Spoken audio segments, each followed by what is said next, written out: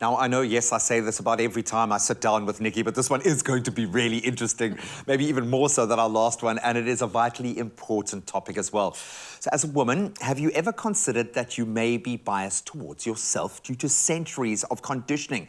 I know there are a lot of women right now going, obviously, but for so many, I don't think people are aware of what is actually going on here. This morning, we're going to chat to human potential expert Nikki Bush about how women themselves need to #break the bias. I'm down with that hashtag. I need you, please, to maybe reinforce from the get-go why you feel it's so important that women have a role to play in the gender equality conversation, because so often it's put on men to bring women up to that point. What is the role that women have to play in that debate? Yeah, absolutely, Graham. You know, we can point one finger out, but hey, there are three pointing back at us. And I know that it's due to centuries of conditioning. We have created our own blind spot. We've developed a blind spot about ourselves. And there are so many women in the workplace who haven't figured out that they need to investigate whether or not they're being paid 23 to 35% less than men for the same work. They're not even aware they should be asking the question. And it's still very common for women to be paid less. I would almost say it's almost a certainty. Absolutely. Even in my own profession, I've had to break that glass ceiling because I discovered through speakers agents that women were being paid 30% less. And so if you're not awake and aware, the world will continue to treat you in the way it always has. If we want to be treated differently, we need to show up differently. We need to change our intrinsic expectations of the world, and it doesn't mean we have to be hard-assed. Yeah, I was going to say, you don't have to become a male in that process, or do you? We'll get onto that in just a moment. I love that term blind spot, because it depicts something that's seemingly innocuous but could have devastating effects. And maybe that's where we start, is with identifying where the problem is. Why is it so important to deal with this blind spot first? Before we become proactive, what do we need to realize about ourselves? And I say this, ourselves as me being a woman, obviously, you know? We need to claim our space. We need to claim a seat at the table. You know, if we don't claim it, it won't be there for us. Somebody else will take it, probably a man. Yeah. So by default. By default, absolutely. So let's actually put our hands up. And here's another issue that women have. Women will not apply for a job unless they have 100% all the skills required. A man will apply for the same job and he only has 65% of what is required for that job. And so herein lies the rub. I guess men have got that chutzpah that has come from years and years of being okay about their position in society, where women have imposter syndrome, and we go, are we worth that? Are we worth that? Am I worthy of this job? Am I worthy of this person's attention? And we have to change the wording to, is it worthy of me? And that is a very different conversation.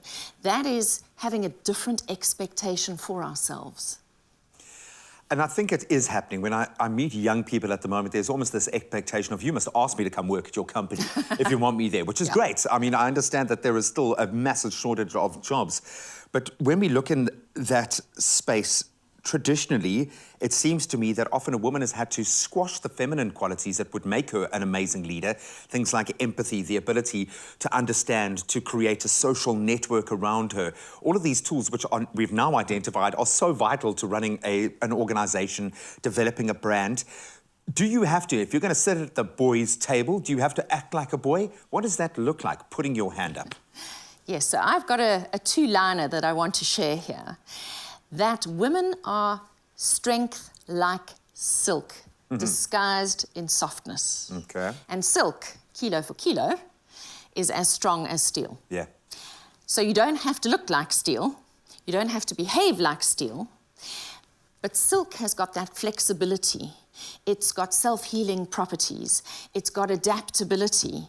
It's got all of those beautiful characteristics that we're needing in the workplace right now, and women have them in bucket loads. Yeah, it's what you're made of, yeah. We just need to identify with these things and not think that we're lacking. And there we go back to the story we're telling ourselves. The imposter syndrome is really about the conversations we're having in our own heads. And in order to get over them, we've got to put our hand up over and over and over again, because practice makes progress. Got to train your brain. How do we get over that imposter syndrome? We're going to figure that out in just a moment, because this conversation is not going anywhere. We're going to continue with Nikki in just a moment. Please stay with us. Really interesting. It's my feel-good breakfast show.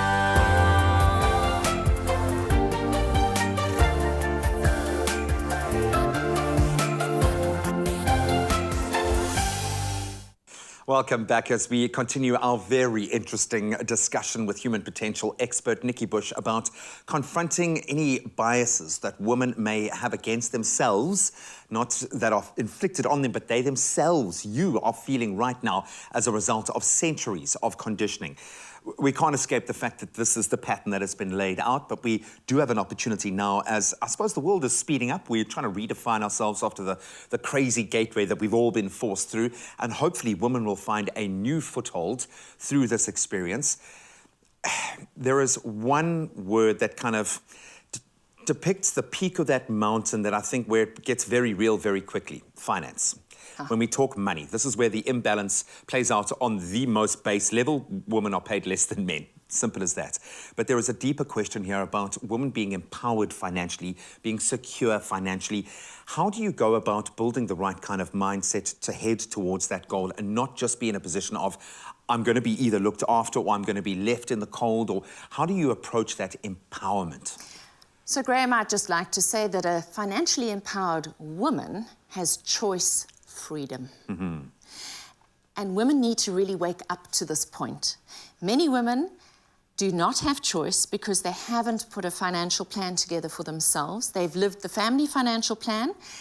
Their partner has a pension. Their partner has life insurance. Their partner has all those things. And should he die or should they get divorced, they are left with nothing. And so they have no choice to leave the relationship because they haven't set themselves up. And so we really need to stand up for ourselves. And even if you are, say, a stay-at-home parent, that has a lost opportunity cost that you need to be compensated for on a monthly basis. And that money should be going into retirement funds for you, investments for you. There needs to be some kind of equality, because otherwise your partner holds all the aces and leaves you with no place to go should you wish to make a different choice. So putting money aside every month, the power of the debit order in your name is critical, and we have to stand up for that right. Okay, I love that. I absolutely love that, because it's a conversation that you don't want to have because you want to be all positive. Maybe because I've just entered into kind of the nuptial journey. Now we are thankfully having these conversations, and I'm wishing we had done it a lot earlier, because now I understand her so much more and what she wants and what her future goals for herself are, beyond us just having kids and raising a family, because that's not your life. There's going to be a point. Not everything. Yeah, exactly, where you're going to continue in your own singular path and let your children do their own thing. I get that. I think there is the danger for women often to take on too much responsibility on all fronts. How do you manage that, or at least kind of ring fence that or safeguard yourself from taking too much on?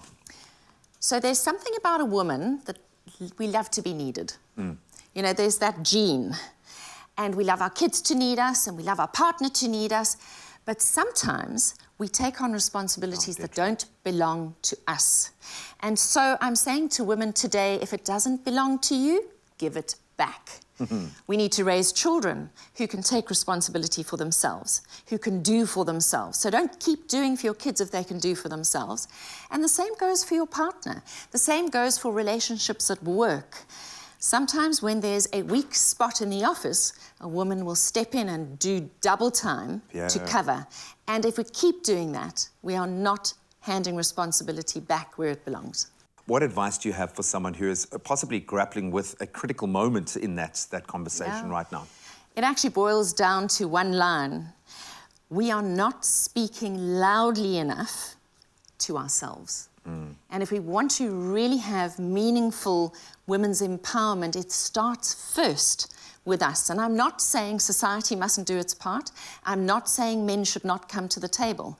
But if we don't come to the table as women, and it doesn't have to be demanding, it needs to be firm, and it needs to be clear. And I think that those are the two words that I would like to leave women with. Be firm and be clear, because you are worthy.